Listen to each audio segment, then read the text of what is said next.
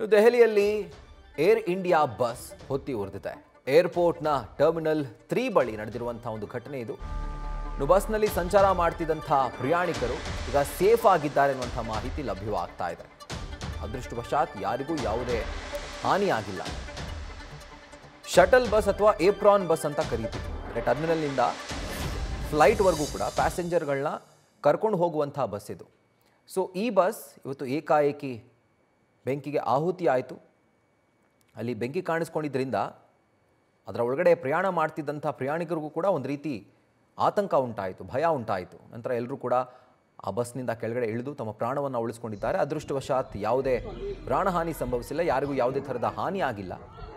But ಏರ್ಪೋರ್ಟ್ನಲ್ಲಿ ಕೆಲ ಕಾಲ ಒಂದು ಗೊಂದಲದ ವಾತಾವರಣ, ಭಯದ ವಾತಾವರಣ, ಒಂದು ಬೆಂಕಿ ಅವಘಡ ನಿರ್ಮಾಣ ಮಾಡಿತ್ತು. ಯಾಕಂದರೆ ಫ್ಲೈಟ್ಗಳ ಹತ್ರನೇ ಬಸ್ ಹೊತ್ತಿ ಉರಿತಾ ಇದ್ದಿದ್ದರಿಂದ ಇದನ್ನು ಮೂವ್ ಮಾಡಲಿಕ್ಕೂ ಆಗಲಿಲ್ಲ. ಜೊತೆಗೆ ಆ ಕ್ಷಣಕ್ಕೆ ತತ್ಕ್ಷಣಕ್ಕೆ ಈ ಬೆಂಕಿಯನ್ನು ನಂದಿಸೋದಕ್ಕೂ ಕೂಡ ಆಗಲಿಲ್ಲ. ಸೊ ಹೀಗಾಗಿ ಕೆಲ ಕಾಲ ಒಂದು ಆತಂಕದ ವಾತಾವರಣ ದೆಹಲಿಯ ಏರ್ಪೋರ್ಟ್ನಲ್ಲಿ ನಿರ್ಮಾಣವಾಗಿತ್ತು. ಆದರೆ ಈ ಒಂದು ಅವಘಡದಿಂದ ಯಾರಿಗೂ ಯಾವುದೇ ಥರದ ಒಂದು ಹಾನಿಯಾಗಿಲ್ಲ ಅನ್ನುವಂಥ ಮಾಹಿತಿ ಲಭ್ಯವಾಗ್ತಾ ಇದೆ.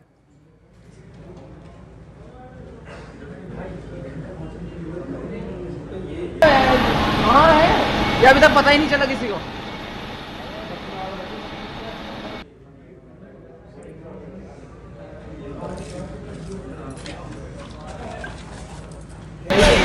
लो फटते जा रही गाड़ी के पीछे